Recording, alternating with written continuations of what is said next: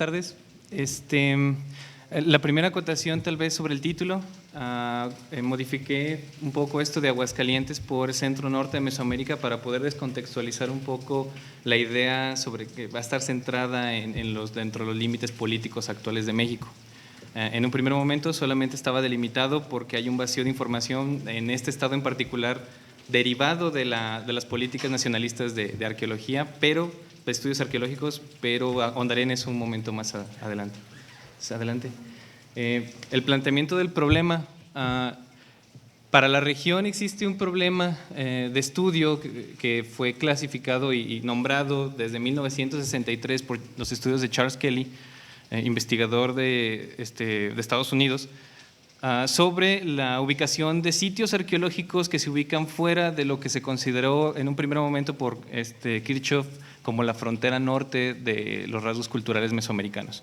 A partir de estos estudios del 63 y de un proyecto que se creó junto con Pedro Armillas, que se tituló así, la frontera norte de Mesoamérica, se han dado subsecuentes estudios que han ahondado más sobre las características culturales de los sitios, de las poblaciones que trascienden esta frontera que marcó Kirchhoff para el momento del contacto y que nos han permitido hablar de una fluctuación.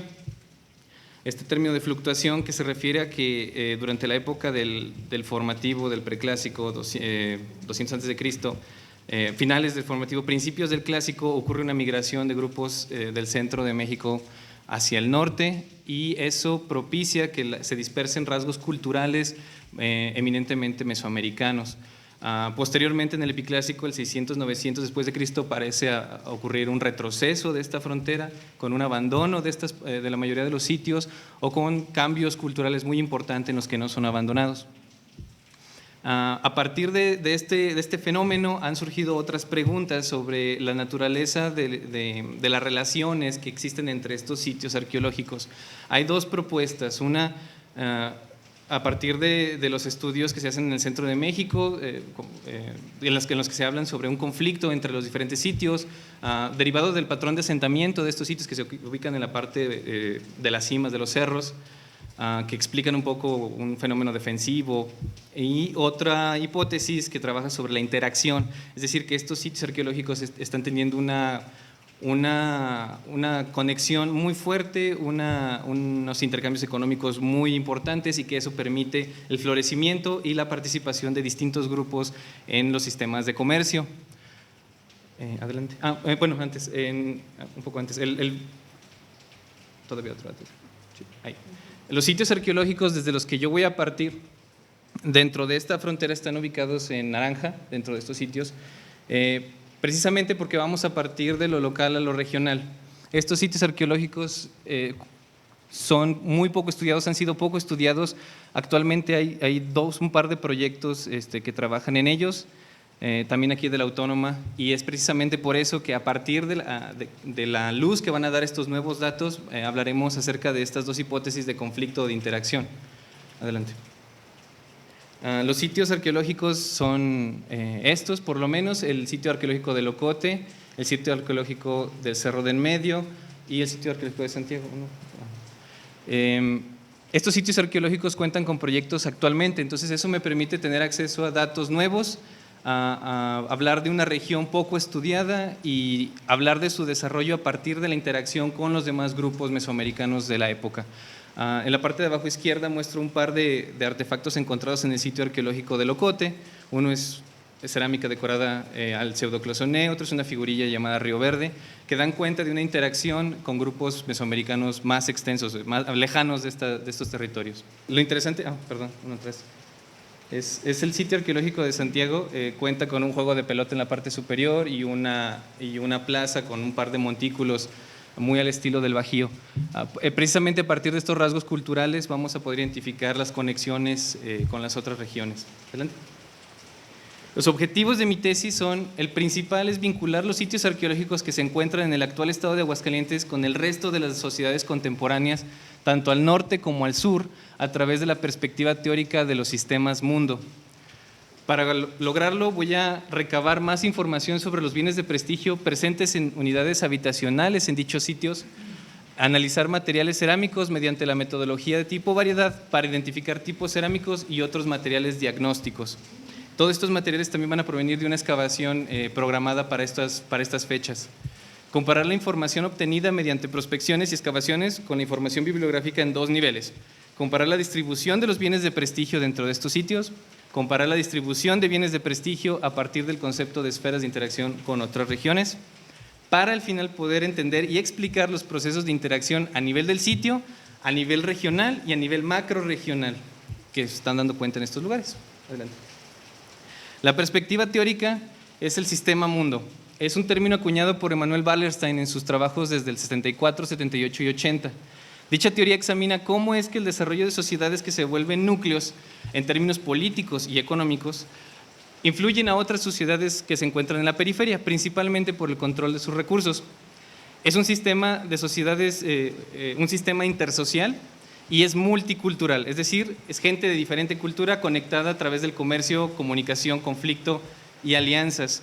Esto es el sistema mundo sensu Wallerstein, pero nosotros vamos a aplicarle modificaciones para poder aplicar el sistema, las preguntas que se plantean a través de estos estudios de Emanuel Wallerstein hacia el pasado.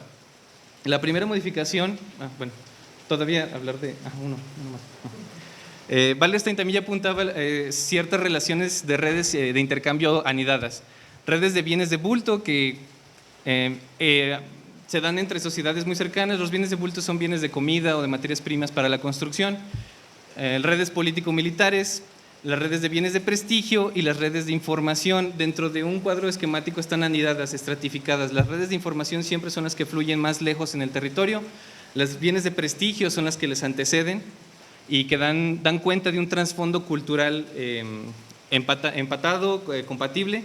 Las redes político-militares que dan cuenta de las tensiones dentro de las regiones, y los bienes de bulto, las relaciones económicas en áreas cortas. Perdón, adelante. La primera modificación que les mencionaba era que no vamos a hablar de un sistema capitalista, vamos a hablar de otro tipo de economía, una economía basada en bienes de prestigio.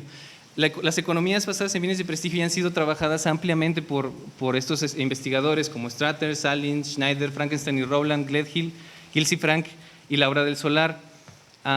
Básicamente hablan de que el prestigio y la legitimación de estatus son muy importantes en las sociedades precapitalistas. De esto también ya daba cuenta Malinowski con los trabajos del Kula, sobre la importancia de los artefactos que tienen cargas culturales valiosas y cómo fluyen y ayudan al comercio y las relaciones intersociales. Los productos de prestigio tienen entonces propiedades sistémicas, puesto que pueden concebirse como capital político o recursos utilizados para la implementación de estrategias políticas. Esto quiere decir, con las propiedades sistémicas, que cuando estos bienes de prestigio cambian de valores interculturales, en alguna región terminan afectando a todo el sistema. Se refiere un poco a los procesos sistémicos. Estas piezas que observamos aquí, fotografías del Museo Nacional de Antropología, son piezas que son consideradas bienes de prestigio porque su materia prima es de difícil acceso o trabajo y porque su valor cultural, su valor simbólico tiene también alto prestigio. Y conecta con las materias primas regiones muy amplias. Por ejemplo, la máscara teotihuacana, pero que fue encontrada en una ofrenda azteca, tiene incrustaciones de turquesa que solo se encuentra en el suroeste, es decir, y concha, que se encuentran en los océanos. Evidencia esta pieza las redes comerciales que existen en el momento, al menos en el momento de los aztecas. Adelante. Entonces, la siguiente modificación al concepto de Wallerstein es que un sistema mundo, a partir de lo que dice Chase, Dunn y Hall, no tiene que tener estas jerarquías núcleo-periferia y tampoco necesita un Estado para funcionar, la formación política del Estado. Obviamente van a funcionar de diferente manera, van a operar de diferente manera y por principio de cuentas no vamos a estar hablando en nuestras relaciones de sociedades estilo naciones o estilo culturas o asentamientos propiamente, sino que vamos a hablar de esferas de interacción. Una esfera de interacción involucra un número de sociedades distintas pertenecientes a diversas tradiciones regionales. Esto lo define Caldwell en el 62 y es un fenómeno que muestra el clímax de ciertos rasgos culturales. Básicamente se refieren a una región donde un rasgo cultural, en nuestro caso van a ser artefactos de cerámica o de lítica, se distribuyen evidenciando la interrelación entre distintas sociedades. A partir del conocimiento de la distribución de ciertos artefactos, vamos a poder utilizar este concepto de esferas de interacción para evidenciar el contacto e intercambio entre distintas sociedades. Adelante. Sobre las esferas de interacción ya hay varios trabajos que hablan al respecto. Laura del Solar propone este sistema como de amebas, en el que cada círculo está evidenciando el movimiento de un elemento cultural, de un rasgo cerámico. Adelante. La esfera septentrional, que es la que está más hacia el norte, está clasificada por el movimiento de estos artefactos. Es el pseudoclosonel, espiguillas tipo 1. Adelante. La esfera de los Altos de Juchipila son estos materiales al negativo y bases anulares. Adelante. La esfera del Valle de San Luis, el número 3, está dada por este material tipo Valle de San Luis, definido así, tiene estas decoraciones. Adelante. La esfera del Bajío por materiales rojo sobre bayo. Adelante. Las pipas, la distribución de pipas de soporte plataforma en el área de Michoacán. Adelante. El complejo Jajay del Valle del Mezquital en Hidalgo, esa cerámica. Y en el Valle de México, la cerámica Coyotlatelco. Adelante. Y bueno, al final este es mi índice. Voy a presentar la introducción, el marco conceptual, la perspectiva comparativa de los sistemas mundo, qué significa comparar en arqueología, el modelo de interacción entre unidades equipolentes que nos va a dar este concepto que nos va a permitir hablar de cómo se interactúan las esferas de interacción, precisamente sistemas de intercambio basados en bienes de prestigio. Después de eso vamos a describir las esferas de interacción a partir de los datos arqueológicos del norte de México, la esfera de interacción de la esfera centro-norte, donde se ha clasificado como Río Verde, pero existen otros complejos, materiales y bienes de prestigio en movimiento de la frontera de lo local a lo macro. Y al final, para presentar precisamente este análisis comparativo a diferentes escalas, vamos a pasar de lo local a lo macrorregional, hablando de los marcadores de interacción de estos sitios arqueológicos dentro de la región, para pasar la interacción a nivel macrorregional del sistema mundo mesoamericano completo. Los que están en verde ya están revisados y redactados, los en amarillo siguen en proceso de redacción y revisión, los rojos todavía faltan por redactarse. Y listo. Eso sería todo por mi parte. Hola, buenas tardes. Yo les voy a presentar esta investigación que ya nombró el doctor. Es las visiones de lo exótico en 4 autores del decadentismo en Latinoamérica. Bueno, este trabajo pretende comparar estas visiones que presentan la obra de estos cuatro autores. Uno de ellos es Julián del Casal, es de nacionalidad cubana. Otro es Enrique Gómez Carrillo, de nacionalidad guatemalteca. Otro Julio Herrera y Reisig, uruguayo. Y Bernardo Couto Castillo, que es mexicano. Bueno, lo primero que pretendemos abordar pues es el decadentismo como movimiento estético. Esto sucede en la última década del siglo XIX y va a ser abordado casi inmediatamente por la crítica y por la historia de la literatura, pero es un movimiento que durante casi todo el siglo XX va a ser tratado como una parte del modernismo, ¿no? Generalmente, hasta hace poco tiempo no se va a estudiar al decadentismo como algo independiente, sino como una parte, algo que va no solo paralelo, sino que surge del modernismo, ¿no? Los principales temas que encontramos en el decadentismo es la cuestión de la bohemia, la cuestión de la creación artística, bajo algunos estados de conciencia alterados, la cuestión enfermiza, pesimista, neurótica, melancólica, una hiperestesia, esto es una sensibilidad aumentada, lo ecléctico, lo marginal, y entre todos estos temas y motivos tenemos uno que es lo exótico, que es en lo que nos vamos a centrar. Bien, las características del decadentismo pues son la creación de un nuevo lenguaje literario, los elementos sofisticados dentro de este lenguaje. Tiene otros elementos que se dan en las vidas de estos creadores y que están ligados con su obra, como se promocionan a ellos mismos por medio de polémicas, de escándalos. En general rechazan toda la moral burguesa de la época, tienen un desdén hacia la otra parte del modernismo, que es el progreso y los avances científicos, y pues casi todos ellos tienen una vida breve y muy atormentada. Bueno, el otro eje de nuestro trabajo es lo exótico. Como es el elemento que vamos a tratar de identificar en estos autores, pues no queremos partir de una definición ya construida. Vamos a tomar lo exótico como un término amplio para poder atender a las definiciones de lo exótico o las visiones de lo exótico que propongan estos autores por medio de sus obras, más que definir lo exótico desde un punto y tratar de encontrarlo en ellos, ¿no? Entonces, vamos a ver lo exótico en general como las visiones inspiradas en la realidad, o puede ser también en la fantasía, sobre lo lejano, lo que es remoto en el tiempo, naturalmente hacia el pasado, o en el espacio, que son los temas que proceden de un entorno cultural lejano. Bueno, se piensa que el estudio del decadentismo latinoamericano como movimiento independiente ha sido muy reciente. Es una preocupación que se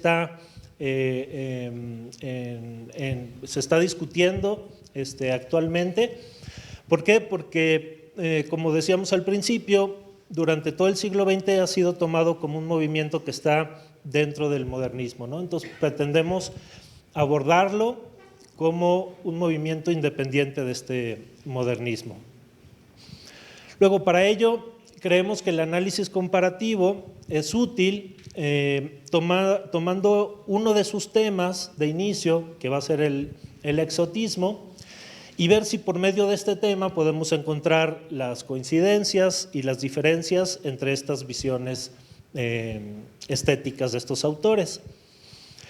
Por otro lado, los estudios que tenemos de los decadentistas generalmente se centran en el aspecto histórico, en el aspecto de sus vidas, más que propiamente en las creaciones, en el análisis de sus textos.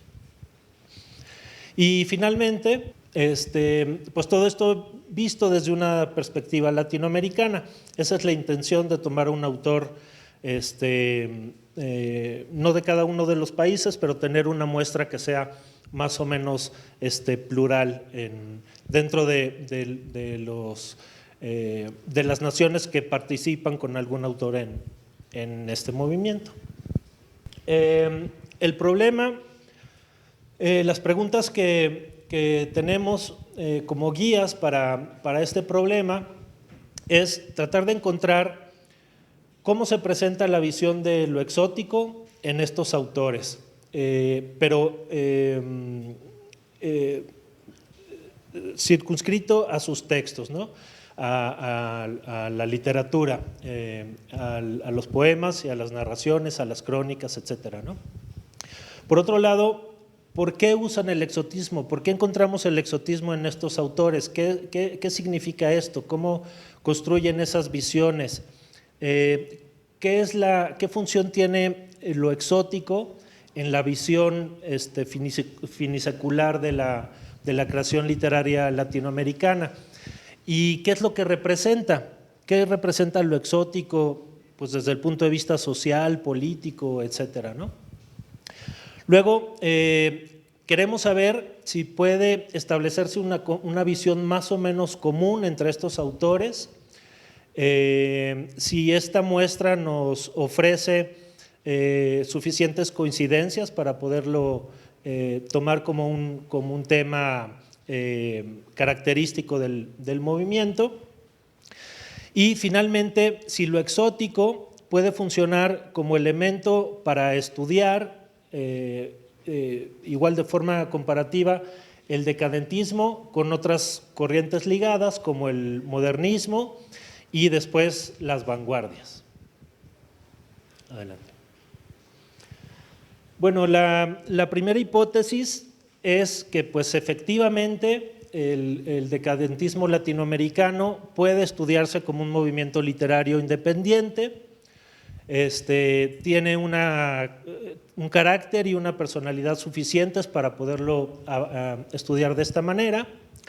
Y la segunda hipótesis es que estas visiones de lo exótico en estos autores presentan suficientes coincidencias o digamos un estado de ánimo compartido, una visión que de alguna forma se comparte, que podemos tomar como una característica importante del decadentismo, algo particular en este movimiento. Y intentaremos identificar que estas visiones de lo exótico se refieren más a unas cuestiones del llamado Oriente Medio, de la cuenca del Mediterráneo, del norte de África, más que el lejano Oriente, más que las visiones sobre la China o sobre el Japón, etcétera, ¿no? Adelante. Bueno, en cuanto al marco teórico, tenemos a esta autora, Luisa Aurora Pimentel, en su estudio Tematología y Transtextualidad, hace una síntesis teórica de Greimas, de Brunel y de Truzón, y esto nos sirve para tomar elementos para hacer el análisis en cuanto a los temas y los motivos, que es lo que nos corresponde en cuanto a lo exótico. Para el análisis literario de los textos, pues tenemos como base otros dos textos de Elena Beristain. Para la aplicación del método comparativo, estamos revisando las figuras gnoseológicas de Jesús G. Maestro. Y para el estudio de conjuntos de escritores como grupos históricos, tenemos el libro de Fernando Curiel, que nos habla de una perspectiva generacional. Adelante. Bueno, el objetivo general de esta investigación es contribuir al estudio del decadentismo latinoamericano por medio del análisis comparativo de uno de sus motivos, que es lo exótico, y por medio de la obra de estos cuatro autores.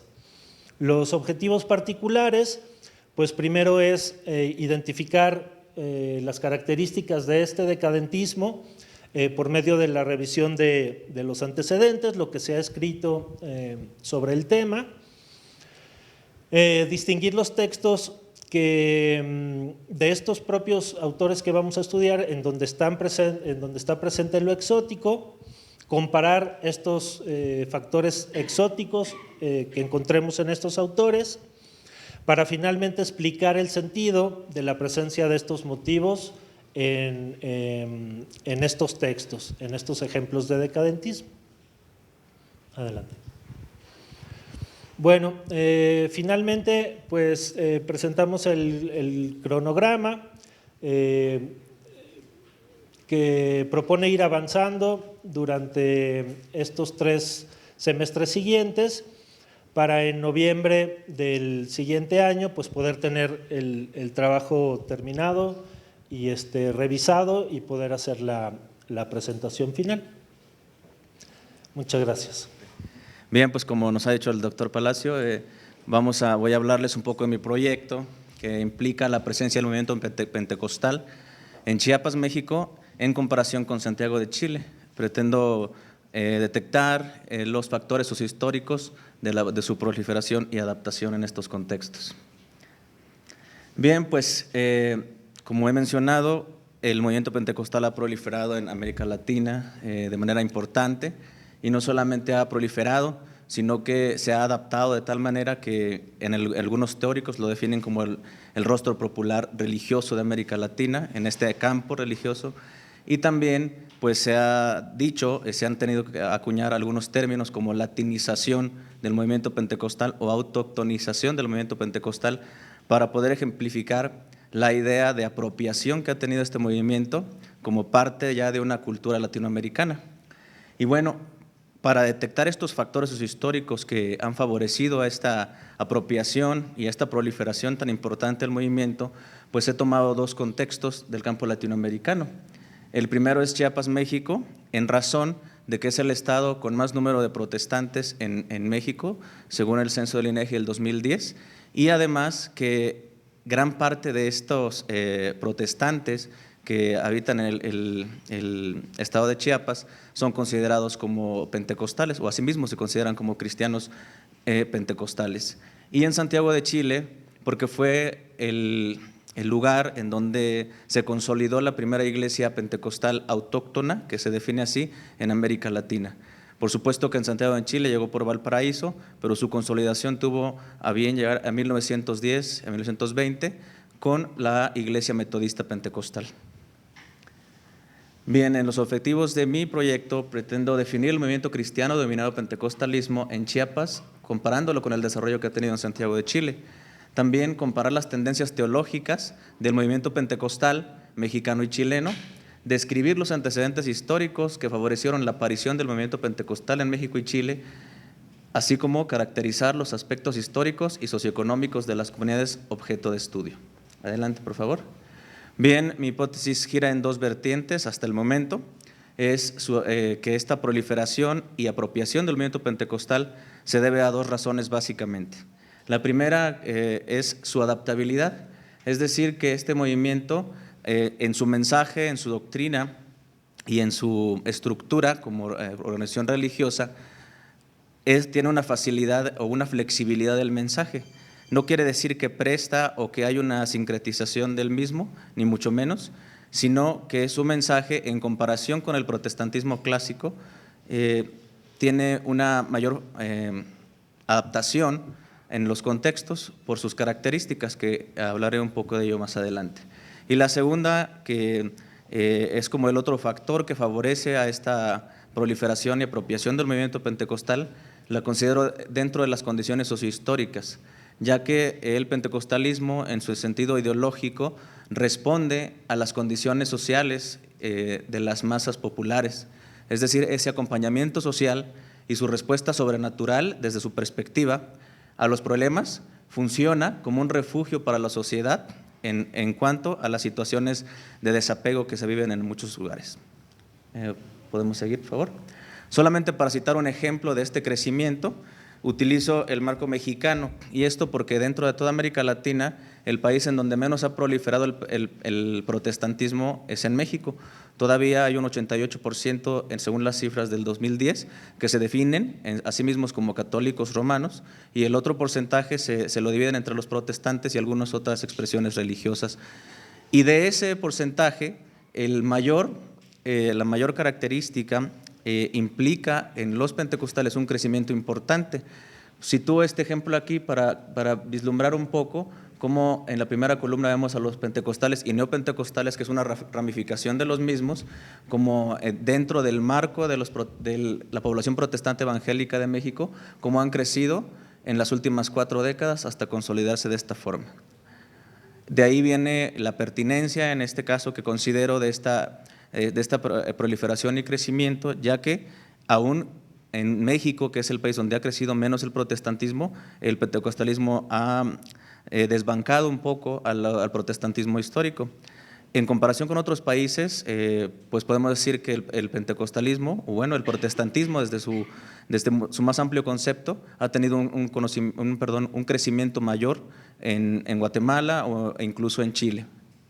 Y bueno, algunas definiciones que enlisto en este momento es porque algunas de los conceptos que manejo son utilizados en distintos campos del conocimiento con una definición distinta. Entonces, para acotarlo, defino estos 3 conceptos que son ejes que van a ayudarme a conceptualizar el movimiento pentecostal, y dentro de este campo religioso cristiano voy a utilizar mucho la palabra denominaciones, que en este caso lo estoy tomando en cuenta como las organizaciones cristianas que tienen como fundamento las doctrinas universales del cristianismo, pero que como resultado del derecho a la interpretación privada de la Biblia han desarrollado una teología propia. Por lo tanto, se conforman y estructuran con un nombre que las representa y una doctrina que las distingue del resto del cristianismo protestante. Y de estos ejemplos de denominaciones vamos a encontrar dentro del protestantismo nombres como presbiterianos, metodistas, bautistas, episcopales y más recientemente la gran proliferación de denominaciones de corte pentecostal. Posteriormente utilizó mucho el término también dentro del texto como protestantismo histórico. En esto voy a acotarlo como las denominaciones cuya base doctrinal se funda en la tradición religiosa de la Reforma Protestante del siglo XVI. En esto separo al cristianismo protestante o protestantismo histórico del catolicismo romano, puesto que no es mi objeto de estudio en este momento. Y algunos criterios que definen las iglesias del protestantismo histórico se basan en las 5 solas de la Reforma Protestante, que son algunos de los ejes que plantearon algunos de los reformadores, que versan en sola fe, sola gracia, sola escritura, solo Cristo y sola Dios la gloria. Con base en esto, pues defino el protestantismo histórico dentro del texto. Y por último, como movimiento cristiano. El movimiento cristiano lo defino, en este caso, como las iglesias que están agrupadas o las denominaciones que ya tienen una identidad que proviene de alguna ideología o de una teología y que al adquirir una identidad pues se han institucionalizado y se organizan y se estructuran de forma separada. De ahí es que vienen algunas de las denominaciones que tienen un mismo movimiento original, pero que se han separado en estructura y organización. Por ejemplo, el calvinismo, que es un movimiento que también engloba un sistema teológico. De ese sistema teológico brotan iglesias como las presbiterianas, algunas episcopales, algunas bautistas, pero que por cuestiones muy particulares se han estructurado de forma distinta y han cobrado una identidad propia. ¿Podemos continuar, por favor? Bien, dentro del movimiento pentecostal enlisto algunos de los antecedentes históricos, porque bueno, es uno de los movimientos más recientes en comparación con las del protestantismo histórico que brotaron la mayoría del siglo XVI.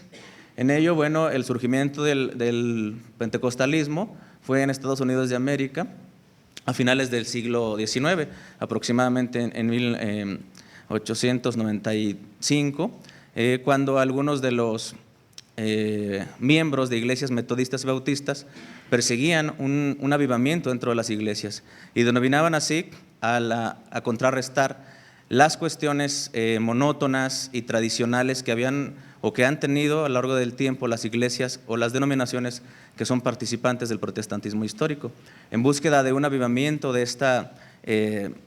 una vivencia directa con el Espíritu Santo, así como lo denominan, muchos de ellos salieron de iglesias tradicionales, conformando algunos de los grupos pentecostales posteriormente. De ahí, pues, de ahí fundamentamos que los pentecostales brotan principalmente en sus inicios de iglesias metodistas. Y esto, bueno, porque la teología metodista permite de alguna forma, con su fundamento de la santidad planteada por John Wesley, la formación de un espíritu un poco más experimental o incluso místico al respecto. Y bueno, con esa misma ideología y asumiendo el mismo papel que tuvieron las iglesias del protestantismo histórico, enviaron misioneros a toda América Latina de una forma simultánea a varios países, en 2 vertientes. Los primeros pues llegaron siendo vendedores de Biblias, que así cumplían dos funciones. Primero, la alfabetización y en segundo, la proclamación del mensaje cristiano, pero de corte pentecostal. Y los segundos, pues los misioneros ya propiamente enviados por agencias recién formadas de denominaciones pentecostales una vez que fueron organizadas. ¿Podemos continuar? Bien, algunas características que distinguen al pentecostalismo tienen que ver con su doctrina, liturgia, acompañamiento social y estructura de gobierno. La doctrina de las iglesias pertenecientes al protestantismo histórico tiene un fundamento más antiguo, puesto que muchas de sus credos y confesiones surgieron en el siglo XVI y XVII. De ahí la traen y la proclaman en diversas de sus congregaciones en América Latina. El pentecostalismo surge hace 100 años aproximadamente y tiene una doctrina que se enfoca en el bautismo del Espíritu Santo. A esto le denominan a la experiencia propia en que el Espíritu Santo obra en la vida del creyente de tal manera que se expresa en manifestaciones sobrenaturales, como hablar en lenguas, como sanidades en medio de enfermedades, etc. La liturgia, bueno, en esto nos referimos al servicio del culto, o como es conocido más, el orden que lleva una misa, por ejemplo. Ellos lo tienen en forma un poco más espontáneo y libre, en el sentido de que hay música importante, grupos musicales incluso contemporáneos que incluso pueden salir del pueblo y de ahí expresarse expresar su doctrina al respecto. Su acompañamiento social, bueno, se dirige hacia las masas populares y además atiende las necesidades particulares de las personas. Por último, en su estructura de gobierno, a diferencia de las tradicionales, el pentecostalismo se estructura básicamente con su pastor y la congregación, aunque ya esto, como es un movimiento que va cambiando, puede organizarse de forma distinta. Así que el poder recae prácticamente en el pastor. Vamos a continuar, por favor. Bien, para analizar esto y cumplirlo, mi metodología, bueno, pretendo hacer compilación bibliográfica y hacer dos viajes, básicamente uno a Ocosingo, Chiapas, donde me van a estar esperando para el próximo semestre para tener una documentación, una consulta de archivos, observar un poco los servicios pentecostales y también me van a permitir consultar algunos de los archivos de las iglesias y la misma cuestión en Santiago de Chile, donde estaré realizando entrevistas y haciendo consultas de archivos, tanto públicos para ver cómo fue esa introducción y también archivos de la Iglesia Metodista Pentecostal. ¿Podemos continuar, por favor? Bien, en el cronograma, bueno, es básicamente planteo estos dos viajes en el semestre próximo a Chiapas, en enero del próximo año la visita a Santiago de Chile y bueno, estoy planeando para el mes de diciembre del 2017 estar terminando y presentando el proyecto final. 16, perdón, tienen razón. Bueno, y bueno, aquí agrego un poco la bibliografía que hasta ahorita he consultado, por supuesto que irá creciendo. Bueno, pues muchas gracias, Eder. Pues si están ustedes de acuerdo, sí les agradecería, igual si tienen alguna colaboración, duda. Sí. Voy a empezar del último. Sí, como tú siempre. Yo creo que el punto de partida de la comparación es muy débil. Vas a comparar un estado con unas características étnicas y culturales y económicas que, si viéramos los indicadores, nada que ver con Santiago de Chile, que es la capital de un país. Entonces, ¿qué vas a comparar? Por eso me refería yo a las impugnaciones que se le hacen en el método comparativo. ¿Qué vas a comparar ahí? Un estado con ciertas características étnicas nada más, con una capital de un país que es diametralmente opuesto a Chiapas, ¿verdad? ¿Cómo vas digamos, establecer un vínculo entre una y otra? Eso me parece que es importante, creo que y de fondo, ¿va? Porque si no hay proyecto, la hipótesis están interesantes, pero si no hay una comparación, ¿qué es lo que quieres hacer? El punto de arranque. La metodología, me parece que eso no es metodología, no hay que confundir técnicas con métodos. La entrevista no es un método, es una técnica de investigación como la fotografía, el vídeo, qué sé yo, lo que sea. En la metodología tú nos tienes que decir, igual que se los pedía mucho compañero, ¿verdad? ¿Qué fondos documentales vas a revisar de archivos? Es que es muy fácil decir, voy a ir al archivo de Santiago de Chile. ¿Qué voy a ir a revisar ahí? ¿Qué tipo de información tienen las fuentes que voy a ir a consultar? Y en la metodología tú nos tienes que decir, ¿cómo voy a procesar las entrevistas? Para convertir eso en conocimiento histórico, ¿verdad? Porque si no lo dices, entonces se confunden métodos con técnicas y no son lo mismo. Podrán ser parientes muy cercanos, pero no, ¿verdad? Luego, para el compañero, me llamó la atención lo de exótico, ¿verdad? Lo del proyecto de la literatura exótica, y me fijé en lo de autor guatemalteco. Porque me quedó la duda, ¿qué es lo exótico? Igual, ¿verdad? Voy a comparar, dices tú, lo exótico en los autores. ¿Qué? ¿Cómo? ¿Con qué criterios? ¿Qué es lo exótico en cada uno? ¿Qué es lo exótico en el Japón heroico y galante de Gómez Carrillo, por ejemplo? ¿Dónde está ahí lo exótico? ¿En qué páginas? ¿En qué capítulos? Cuando se refiere a qué, ¿verdad? Esa parte. Y para nuestro compañero de teología, lo comentábamos yo estaba con la duda si era Wallenstein, sí, al final aparece la perspectiva. Hasta donde recuerdo, estoy recordando memorias, la memoria histórica falla. Hasta donde recuerdo, por eso te digo, no se refiere nunca a Mesoamérica, no sé, a lo mejor sí, lo que sea. Y se refiere más bien al mundo contemporáneo. Entonces, esa teoría de sistemas mundos, de la cual, hasta donde recuerdo, que se deriva la teoría de la dependencia, asuntos mucho más sociológicos contemporáneos, ¿cómo le vas a hacer para ir del siglo XX a los clásicos? Y que además esas categorías teóricas de varias funcionen, operacionalicen en función de una sociedad. Difiero de tu afirmación de que funcionan sin Estado, que me parece que hay un Estado ya en Mesoamérica, antes de llegar a ya se ha firmado ese contrato social, dirían los teóricos, ¿verdad? Ya hay un Estado, ya hay un integrante, diría Max Weber, y hay un cuadro administrativo que cubre esta función. Entonces el Estado ya existe, de hecho Florescano, en Etnia, Estado y Nación, creo que está en el libro, afirma eso, ahí está. Entonces, afirmar que las sociedades pueden funcionar sin Estado, como hoy se dice, es el Estado fallido en México, no sé cuándo, ¿verdad? ¿De dónde? Eso. Sí, Daniel, si el asunto de tu proyecto es, si esto entra en el asunto de la hipótesis, no sé si te diste cuenta de que las dos hipótesis que nos presentaste son mutuamente excluyentes. Es decir, en principio dices, pues probablemente este asunto pentecostal es porque es muy adaptable. Y luego nos dice exactamente lo opuesto. No, porque seguramente en una serie de condiciones histórico-culturales podría surgir, pero solo en esas condiciones. Entonces, o es porque es muy adaptable, o es porque nace en condiciones muy precisas, que es lo que vas a rastrear. Entonces, en ese sentido, creo que hay que tener mucho cuidado, ¿no? Porque pues aquí las hipótesis vas a tener que quedarte con una. Sí. Bueno, pues los comentarios van en sentido para enriquecer y para proyectar, darle potencia a los proyectos, ¿no? En ese sentido, pues hay que plantearlo.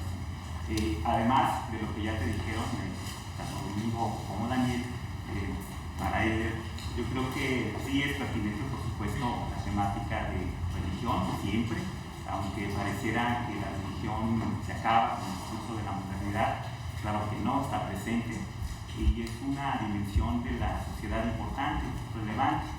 En sí misma es relevante, pero es más relevante, y ese es el comentario, o uno de los comentarios que te quiero hacer, cuando se puede articular con otra dimensión de la sociedad, ¿no? Me parece que cerrar a la religión en sí misma, ver su estructura, ver su doctrina, sus procesos internos, es pertinente, pero no nos dice mucho. Nos vas a dar una descripción de lo que es el pentecostalismo en estos dos casos, ¿no? Que hay que considerar mucho lo que dice Domingo, que te lo comentaba yo también, pero si no lo articulas a otra dimensión de la sociedad, me parece que es irrelevante. La religión tiene sentido cuando, por ejemplo, la podemos articular a la dimensión ética, cuando la podemos articular a la dimensión económica, que por ahí vas, pero sobre todo, creo yo, es un sesgo mío, por supuesto, cuando la articulamos a las relaciones de poder. O sea, no es gratuito, pues, o dice mucho cuando tú das esta estadística y dices que el número de católicos está disminuyendo y está aumentando el número de no católicos. Esto no está hablando y tiene que ver con todas estas teorías de la fragmentación o de la modernidad, que los centros de poder, ¿no? El mismo Estado, la educación, en este caso la religión, presentan un proceso de fragmentación, de transformación. Y entonces, sí, en ese sentido, el campo religioso, monolítico anteriormente, o monopolizado por el catolicismo, empieza a fragmentarse, ¿sí? Y esto, como sabemos, creo que todos sabemos, el catolicismo tiene vínculos con el Estado mexicano, tiene vínculos con los grupos de poder, tiene vínculos con los partidos, ¿no? En términos locales o nacionales. Y entonces aquí algo interesante sería saber, ¿no? Cómo esta fragmentación que tiene su expresión en la diversidad religiosa, en este caso con el pentecostalismo, ¿sí?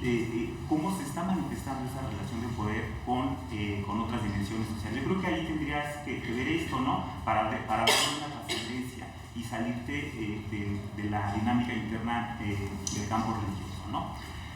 Otro de los elementos importantes, creo yo, es precisamente insertarlo en el discurso de la modernidad, ¿sí? Que te decía, o sea, ¿qué tiene que ver que la religión siga persistiendo, siga teniendo un impacto importante en la vida cotidiana, en estos procesos que se dicen modernos o los estados modernos, ¿sí? Yo creo que ahí sería importante que pues empezaras a discutir algunas de estas ideas que te digo, ¿no? De la relación de la modernidad, de la modernización o la globalización con los procesos, en este caso específicos religiosos del pentecostalismo. Y creo, ¿no? Que uno de los problemas que se están enfrentando todos seguramente, ¿no? Es esta definición de América Latina, es esta definición, porque hablar de América Latina tendemos a esencializarla, ¿no? El concepto, y cuando hablamos también de procesos religiosos tendemos a esencializarlos, a homogeneizarlos, y creo que no va por ahí el asunto. Uno de los grandes problemas teóricos, metodológicos que ustedes deben estar configurando o viendo de frente es qué es América Latina, ¿no? ¿Qué son los estudios en América o de América Latina? Y entonces es un problema fuerte ahí, ¿sí? ¿Cómo defines el pentecostalismo en América Latina? ¿De una manera homogénea, ¿no? O de una manera específica, heterogénea? Entonces yo creo que es una de las discusiones que te tienes que empezar y resolverlas. Ahora, creo yo que la ausencia de metodología tiene que ver mucho precisamente con la ausencia de un marco teórico. No hay una precisión en el marco teórico, y esto repercute, por supuesto, ¿no? en el diseño de la metodología. Yo creo que ahí sí tendrás que trabajar las unidades de análisis que tienen que ver con conceptos, más allá que nos hables de pentecostalismo o de esto de las iglesias históricas, de las dominaciones. Es importante que empieces a diseñar un cuerpo teórico, ¿no? Que nos permita, como te decía, señalar la realidad, describir la realidad, explicar o interpretar la realidad que aquí no se ve, y entonces eso repercute en el diseño metodológico, que obviamente no figura, ¿no? Pero en fin, a mí me parece que es muy pertinente el tema. Creo que la religión sigue este proceso de transformación y habría que ver entonces sus vínculos con toda la dimensión social que implica, ¿no? Y no nada más verla en sí misma. Y pues adelante, te queda en medio. Bueno, nosotros sabemos que en historia, hablando de la historia, se puede historiar lo que sea, todo, ¿no? El pensamiento hasta del maíz, Aquí yo creo que el reto que tienen los tres trabajos que acabo de escuchar es replantear justamente el método comparativo, porque desde Tucídides, Heródoto, ya están ellos sugiriendo la comparación, y la comparación es discernir, es decir, diferencias y semejanzas. Entonces es un método muy antiguo, pero hay nuevas propuestas para la comparación, y las nuevas propuestas tienen que partir de un modelo y tener justamente, rebasar, digamos, ya esos señalamientos de diferencias o semejanzas, para que no se vean los casos forzados de Chiapas, México, Chile, es decir, sino utilizar y ver. Bueno, yo aquí creo que el método comparativo es algo muy difícil, es muy complejo, porque no solo se trata de señalar diferencias o similitudes. Eso es muy sencillo y pues cualquiera lo puede hacer, pero creo que el reto que ustedes tienen es justamente buscar nuevas propuestas y ejercicios de comparación, porque como había señalado el compañero que me precedió, lo interesante de todos estos trabajos es reflexionar qué queremos saber sobre el presente de América Latina. ¿Para qué nos sirven estas propuestas de ustedes, que algunas corresponden así de pasado, cercano al presente, ¿no? ¿Qué tenemos? ¿Qué necesitamos reflexionar? Y ya hay un problema, porque entonces sus temas tienen que estar vinculados con un presente problemático. Lo interesante de estos seminarios es que es un primer ejercicio de planteamiento que les va a permitir a ustedes, por las observaciones, acotar, delimitar, de pronto hacer desaparecer estos escenarios muy generales y plantear objetivos mucho más concretos, específicos, no ir de lo general a lo particular. Y si hay que replantear metodologías, lo tenemos que hacer y lo tenemos que justificar muy bien, porque estamos ya en un posgrado, ¿no? Entonces hay que hacer una presentación metodológica necesaria, porque así la persona recurra al positivismo decimonónico del siglo XIX, que va a narrar, va a describir los acontecimientos. Bueno, hay una complejidad, pero creo que son metodologías ya rebasadas. Entonces, acuérdense que ahora se trabaja en la interdisciplinaridad, ¿no? Y en ese sentido, bueno, el compañero que plantea estos estudios un poco de la arqueología y de la cosmovisión, hizo un poco de ruido, bueno, entender cómo estas interpretaciones muy contemporáneas sobre lo social, sobre cómo funciona el capitalismo actual, te puedan a ti servir para interpretar el mundo antiguo o un concepto como el de Paul Kirchhoff sobre Mesoamérica. Yo aquí ya no entendí si lo que tú vas a replantear o a criticar es justamente ese concepto que tiene más de 50 años aplicándose en la arqueología, en la antropología, y que es nuestra referencia, no hay otra más que Paul Kirchhoff y las fronteras culturales de Mesoamérica, pero aún así se sigue utilizando. O sea, es un concepto muy viejo, pero se sigue utilizando porque se marcan estos elementos que son comunes a un área geográfica, pero bueno, esa área de pronto por las fronteras culturales queda muy cuestionada, digamos, pero nadie lo ha hecho, ¿no? Nadie ha refutado a Kirchhoff. Y entonces, ¿cómo podemos, desde teorías como el sistema mundo, que yo creo que aquí es otra cosa completamente diferente, porque se trata de analizar lo que después sería el fenómeno como de la globalización, y ahí sí tienes razón cuando dices no hay una comprensión de lo local sin un estudio regional, ni una comprensión de lo regional sin lo local. O sea, van como de la mano. Pero ¿cómo tú, para entender un pasado y una cosmovisión antigua, puedes emplear estas teorías que tienen que ver más con el capitalismo, que cómo esos objetos que son, dices tú, de intercambio no capitalista comercial, bueno, tienen un significado de una cosmovisión que no comprendemos desde el presente entera, o sea, no podemos, nos acercamos, porque hay fuentes y están los objetos, pero aún así no hay algo que diga esto fue exactamente, son como aproximaciones, es muy relativo ese conocimiento, más bien se especula, ¿no? Se cree, se presupone. En Antropológicas de la UNAM están estos seminarios del taller de Mesoamérica que les recomiendo, están en línea y están presentando justamente estos temas de cosmovisión antigua del mundo mágico o de arqueología, y están en línea, y es ver cómo están trabajando y qué metodologías sirven, ¿no? Para estudiar este pasado. Entonces ahí sí, yo ya lo entendí bien tu tema, me quedé un poco así como confundida sobre por qué Emanuel Wallerstein, porque ya hay una crítica también hacia sus trabajos, ¿no? Sobre el sistema mundo. Y sobre todo porque el enfoque es hacia la globalización, pero la globalización no es algo reciente, hay quien la ubica a finales del siglo XIX, cuando repuntan los Estados Unidos y hay el patrón oro y el patrón plata, y cuando hay una gran inversión en América Latina de ferrocarriles, ¿no? Y hay una extracción también de metales. Pero si vemos a Enrique Dussel, por ejemplo, él dice que la globalización existe desde que hay una expansión del capitalismo y se descubre América. Entonces hay una necesidad de los mercados. Entonces hace global esa necesidad de trasladar la seda china, por ejemplo, ¿no? Las especies hacia otros lados. Entonces esa necesidad es global. Entonces, de pronto decimos, bueno, sí, la globalización existe desde que se descubrieron como una consecuencia territorios en América, pero es más aceptada la interpretación del siglo XIX, porque hay un neocolonialismo y porque hay guerras también por apropiarse de territorios neocoloniales, ¿no? Sobre todo de las grandes potencias, y los Estados Unidos vienen a repuntar como una gran potencia mundial, ya con intereses globales también, ¿no?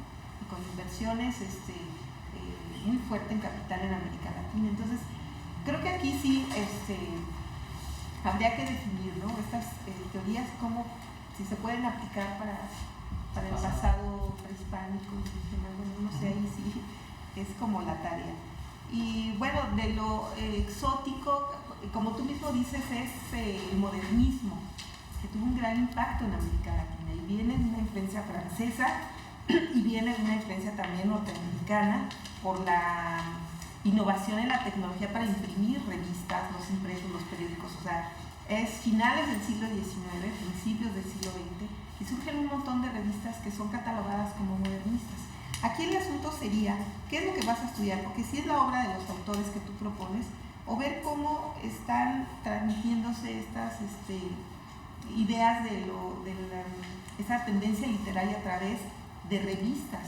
Ahorita hay una alumna en la Universidad Michoacana que está haciendo, por ejemplo, un estudio sobre una de estas revistas, que es la revista Bohemia de Cuba, ¿no? Entonces ella vincula por qué se llama Bohemia, qué tiene que ver la imprenta o acuerdan que de Estados Unidos parte de la segunda fase de la revolución industrial, la impresión muy moderna que hace tirajes de la prensa a gran escala, ¿no? Y el surgimiento del periodismo amarillo, todo eso que está muy vinculado a la guerra hispano-cubana norteamericana, ¿no? De cómo un país como Estados Unidos le declara la guerra a España y la prensa tiene un papel importante.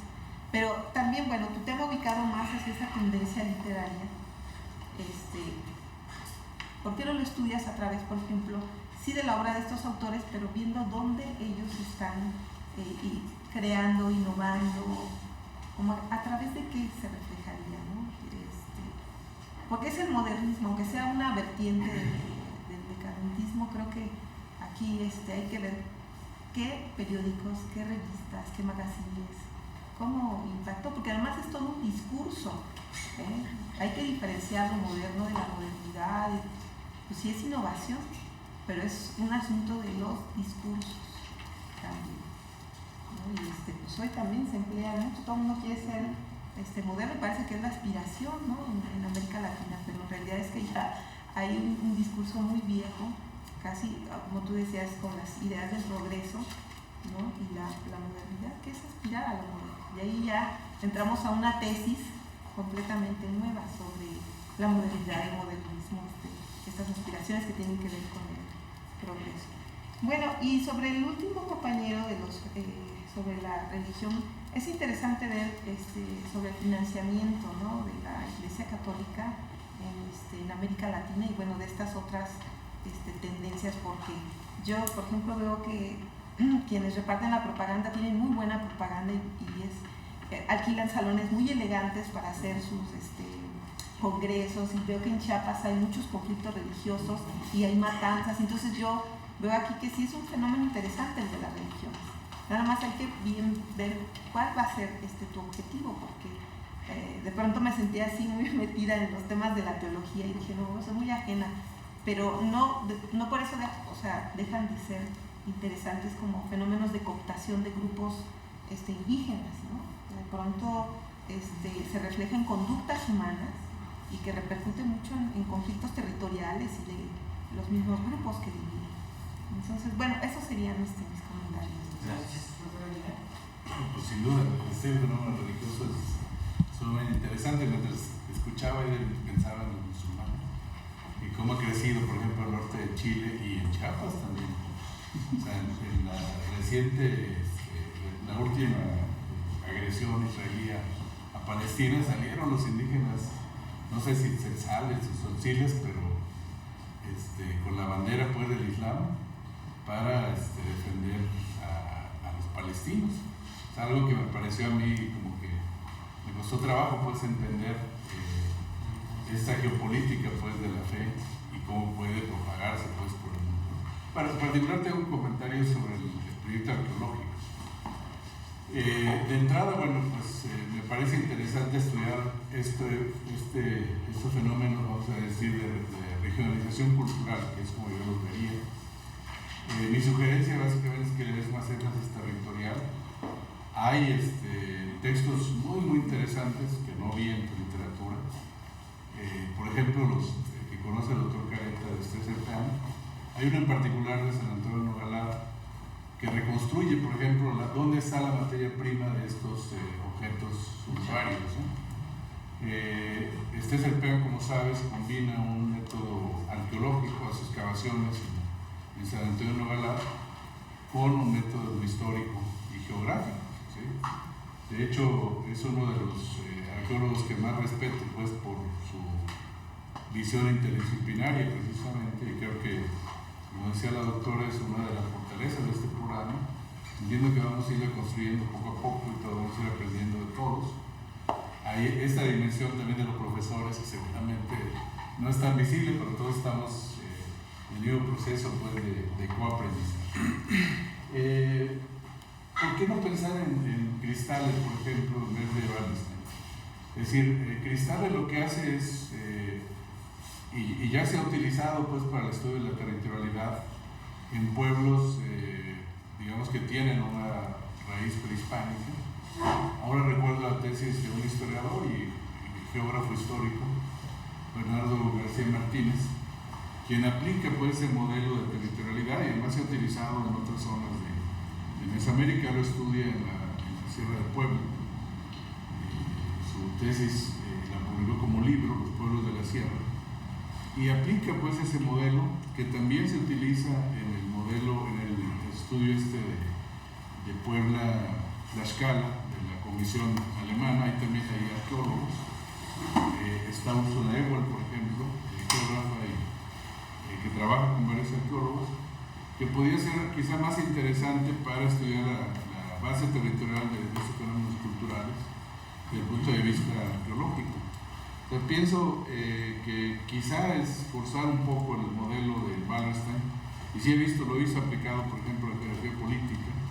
Si revisas uno de los textos de Peter Taylor, geógrafo británico, que aplica pues el modelo de Wallerstein y me parece de manera muy afortunada.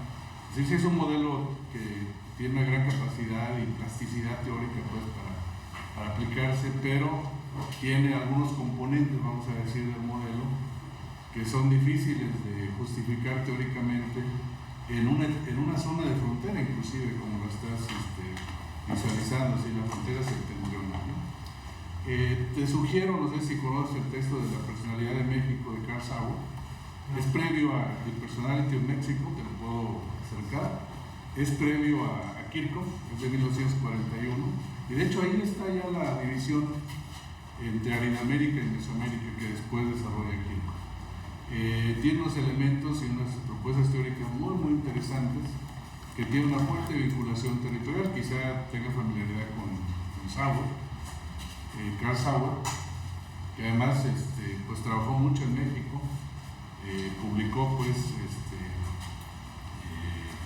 textos así regionales, por ejemplo sobre Colima, pero este ensayo en particular, La personalidad de México, me parece pues que es un ensayo provocador y que tiene mucha vigencia. Lamentablemente es poco conocido en México, no está traducido al castellano y eso a lo mejor ha limitado mucho su conocimiento, pero creo que te sería útil justo se mete un poco al tema de la frontera, que también es un tema que estás tocando, ¿sí?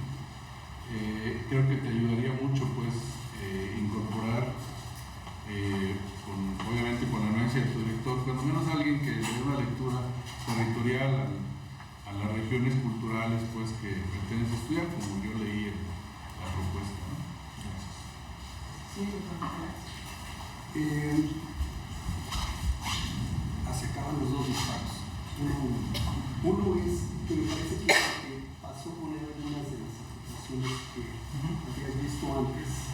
Entonces eso hace que la presentación tenga unos pequeños problemas y obviamente eso también genera ruido en el sistema. Y eso hay que cuidarlo siempre, porque si no hace débil tu presentación y eso permite que ni tú lo expliques ni la gente lo vea, porque para eso son las imágenes. Tiene que ayudar al otro que entienda de qué estás hablando. Entonces, eso es arte importante. Por lo otro, es un poco por lo que discuten. Me parece ser que es un poco el desconocimiento de qué pasó después de Wallerstein. Me parece que no haber visto, por ejemplo, los trabajos de Rudolf Steiner, o de no haber visto los trabajos que han hecho Christensen, no ha visto precisamente la propuesta de Peppoli, precisamente en su discusión hacia atrás, de cómo se discute de si son 5 o 5.000 años antes de historia. O sea, se llama inclusive de esa manera el texto. O sea, se trata de ver un poco qué se ha hecho con ese modelo, cómo se han presentado las notas propuestas y variantes de eso. Digo, al final de cuentas, una cosa fue lo que dijo Newton y otra cosa fue lo que dijo Einstein. Y otra cosa fue lo que dijo ahora perdón.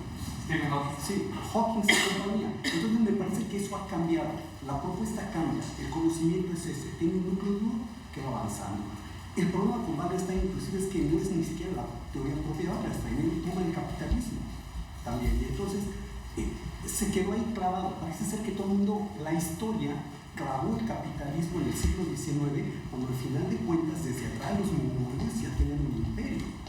Roma ya tenía un imperio. El comercio de la seda, el comercio de la sangre existe y está registrado arqueológicamente. Y esos trabajos ya existen desde los 70s. Más bien el problema es qué tanto conoce o se conoce esos textos. Eso deja un montón de huecos y pareciera ser que solo queremos ver desde Wallerstein y ver si es aplicable Wallerstein. No es así, los modelos son otros. Mesoamérica, la Mesoamérica marginal ya quedó pedreada desde los 70s. En los 80s se trataron de hacer nuevas propuestas sobre esta idea de lo que es y lo que no es Mesoamérica, a una idea que el mismo Kirchhoff dijo, cuando lo propuso, dijo, esta es una propuesta. Años después, él les dice, oigan, yo les puse mi propuesta para debatir, no para que la petrificaran. Y todo el mundo la petrificó, dijo, a esta idea de discusión, dice, me quedé con la desilusión. Y ahí se quedó, lo mismo con la frontera septentrional de Armillas. Armillas dijo exactamente lo mismo, yo lo propuse y nadie me debate, todo el mundo la usa sin hacer un cuestionamiento alguno. Yo creo que aquí es una parte que vale la pena discutir, porque de repente, cuando en arqueología presentamos esto, parece que estamos transgrediendo el status quo, ¿no? Y todo el mundo dice, no, es que eso no es aplicable. ¿Por qué no es aplicable? Existen los libros y están los modelos, y después de que se vean, tal vez valdría la pena entonces que ahora sí se debata si el dato y el argumento que estamos presentando es justificable para lo que se dice o no de lo que es ese modelo. Porque si no, a priori, pareciera ser que sí, en efecto, Wallerstein no funciona. Pero creo que vale la pena hacer estas revisiones, porque si no, de repente quedamos ahí como una especie de zona de buffer, donde no estamos entendiendo de qué habla el uno y de qué habla el otro. Las mismas propuestas de Kirchhoff de la Mesoamérica, yo preguntaría, ¿estamos dentro o fuera de Mesoamérica? Si utilizo a rajatabla lo que dijo Kirchhoff, perdón, pero sí estamos en Mesoamérica. Tengo patio hundido, tengo altar central, tengo pirámides, tengo los entierros, tengo todos los elementos icónicos, cosmogónicos de la tradición cultural mesoamericana. Todos. Entonces, ¿es o no es? ¿Y hasta dónde extiendo mi frontera? Hacia cada lado, cuando el lado menos estudiado precisamente es el noreste. De la Huasteca para arriba parece ser que nadie la toca, cuando tenemos una línea de contacto desde el Mississippi. Pero el problema es otra vez, ¿quién la ha trabajado y cuántos la han leído?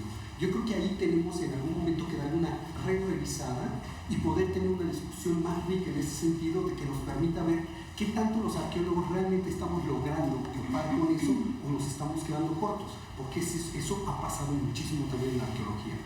Por ser tan híbridos, de repente tomamos un modelo y resulta que no funcionó, pero nosotros no lo vimos. Solo es el ojo ajeno de ese otro experto el que le puede dar precisamente esta mirada enriquecedora.